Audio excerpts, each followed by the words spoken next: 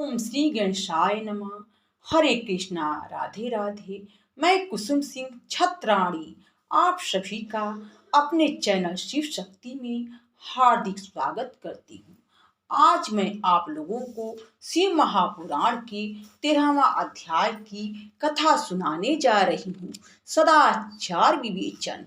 ऋषि बोले, हे विद्वान सुत जी, अब आप हमें यह बतलाइए कि धर्म क्या है और अधर्म क्या है, कि जिनसे स्वर्ग और नरकादि लोकों में जाना पड़ता है, तथा वह सदाचार क्या है जिससे इन पर विजय प्राप्त किया जावे। सूत जी बोले, हे ऋषियों, ब्राह्मण, क्षत्रिय, वैश्य और शूद्र, इन चारों वर्णों को उचित है कि वे सूर्योदय से पूर्व उठकर अपने इष्ट देव का ध्यान करें, फिर अपनी उन्नति के लिए धर्म, अर्थ का और अपने पर आने वाली आपत्तियों तथा अपने आय व्यय पर पूर्णतः विचार करें। पूर्व दिशा की ओर मुख करके बैठने से उत्तम फल की प्राप्ति होती है। रात्रि का अंतिम प्रहर उषा कहलाता है। उसमें उठकर ब्राह्मण घर से दूर बाहर जाकर शौचादिक कर्मों से निवृत्त होकर दातुन करे और जल के देवताओं को नमस्कार करके स्नान करे। कंठ तक या कमर तक जल में खड़े होकर स्नान करना उत्तम है, परंतु ऐसा न कर सके तो घुटने तक जल में मंत्र से स्नान करें और उस तीर्थ के जल से वहां के तथा अपने इष्ट देवतादिकों को तृप्त करें। फिर धोती पहनकर पंच कच्छ पांचों प्रकार के कपड़े पहने, फिर गीले वस्त्र को बिना साबुन से धोवें और अपने पितरों को तृप्त करें। पश्चात आचमन कर संध्योपासन करें, गायत्री के मंत्र जपें और सूर्य को अर्घ्य देवें। प्रातः काल सूर्यानुवाक से और संध्या में अग्नि अनुवाक से प्रोक्षण करें। संध्या समय पश्चिम की ओर मुख करके तथा प्रातः एवं मध्या समय में अंगुलियों से तीर्थ देवता को जल देवें। फिर अंगुलियों के छिद्र से सूर्य भगवान को अस्त होता देखें और प्रदक्षिणा कर शुद्ध आचमन करें। संध्या से पहले संध्या न करें। समय से संध्या हो जाने पर ही संध्या करने योग्य है। नित्य प्रति जितना जाप करना हो उससे 100 गायत्री अधिक जपे। गायत्री जपने का यह प्रमाण है कि 10 दिन में 1 लाख गायत्री का जप पूरा करें। इस प्रकार देवताओं को तृप्त करने से अर्थ की सिद्धि होती है।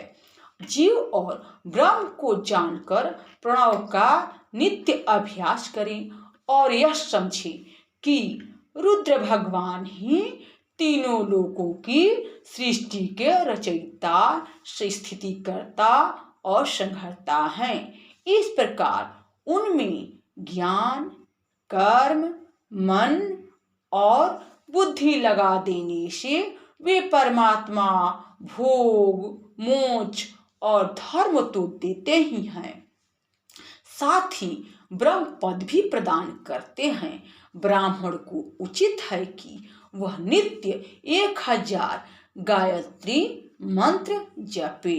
सोहम भावना से जप करता हुआ जीव को परब्रह्म परमेश्वर से जोड़ देने।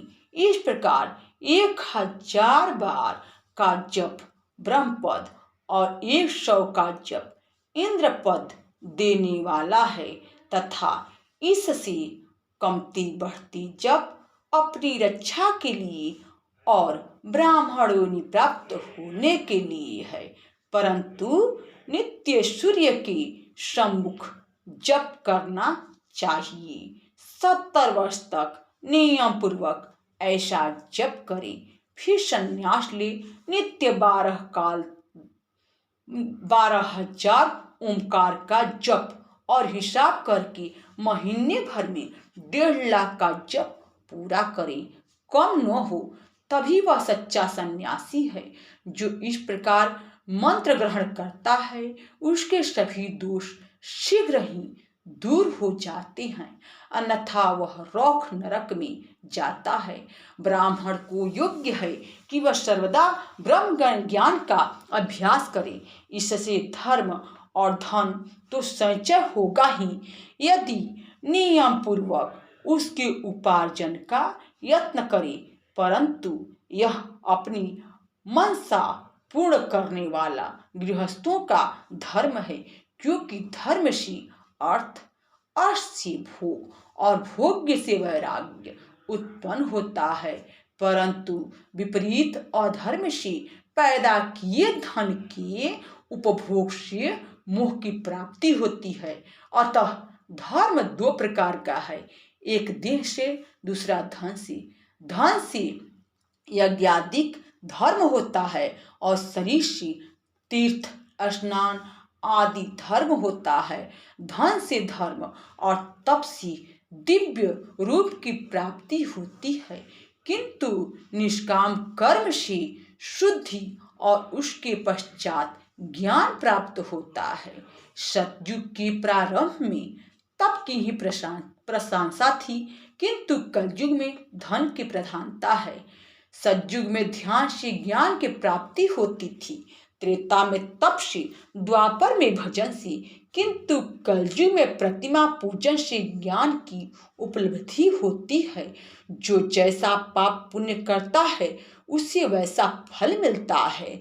हिंसा ही अधर्म का स्वरूप है तथा अहिंसा धर्म का स्वरूप है।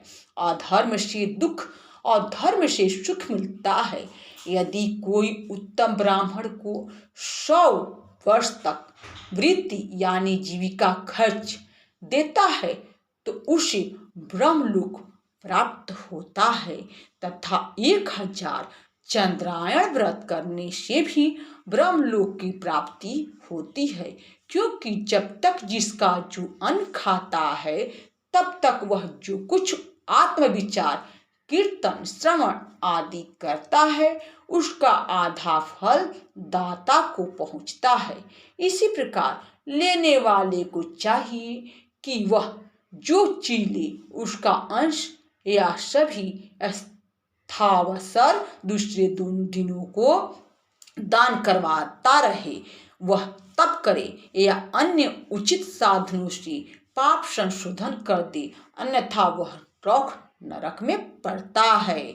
मनुष्यों को चाहिए कि वह अपने प्राप्त किए धन का 3 भाग करे। धर्म, वृद्धि, नित्य नैमित्तिक काम्य कर्म। धर्म से वित्त को बढ़ावे, बचत का कोष नियत करे, किसी को पीड़ा न दे और अपना थोड़े में निर्वाह करे। यदि कृषि से उत्पन्न किया धन हो तो पाप शुद्धि के लिए उसका 10वां भाग दान कर दे। शेष से धर्म पूर्वक अपना संसार चलावे, अन्यथा रौख नरक में पड़ेगा। यह बुद्धि ही भ्रष्ट हो जाएगी, यह अन्न ही न पैदा होगा। ऐसे ही व्यापार से पैदा किया हुए धन का 6वां भाग दान कर देना चाहिए, क्योंकि अपनी भूख की वृद्धि के लिए मनुष्य बुलाकर दान देना अच्छा होता है। याचना करने वाले को यथाशक्ति सदैव दान दे और कभी नागा न करे, क्योंकि मांगने पर न देने से जन्म जन्मांतर के लिए ऋणी रह जाता है। बुद्धिमान को उचित है कि वह दूसरों का दोष दूसरों से न कहे, सुना और देखा भी न कहे। किसी को क्रोध उत्पन्न हो ऐसी बात भी न कहें। प्रातः सायं दोनों समय संध्या और अग्निहोत्र करें। दोनों समय न हो सके तो एक समय तो अवश्य करें। कभी न बुझने वाली अजस्त्र अग्नि स्थापित करें, अथवा केवल जप मात्र और सूर्य देव की वंदना ही करें। इस प्रकार आत्म कल्याण इच्छुक यथाविधि नित्य ही ब्रह्म यज्ञ और देव पूजन किया करें। जो इस प्रकार नित्य अपने गुरु और ब्रह्म को पूजते हैं वे सभी सुख के भागी होते हैं। यहाँ शिव महापुराण के 13वां अध्याय की कथा समाप्त हुई। बोलो शंकर भगवान की जय। हरे कृष्णा, राधे राधे।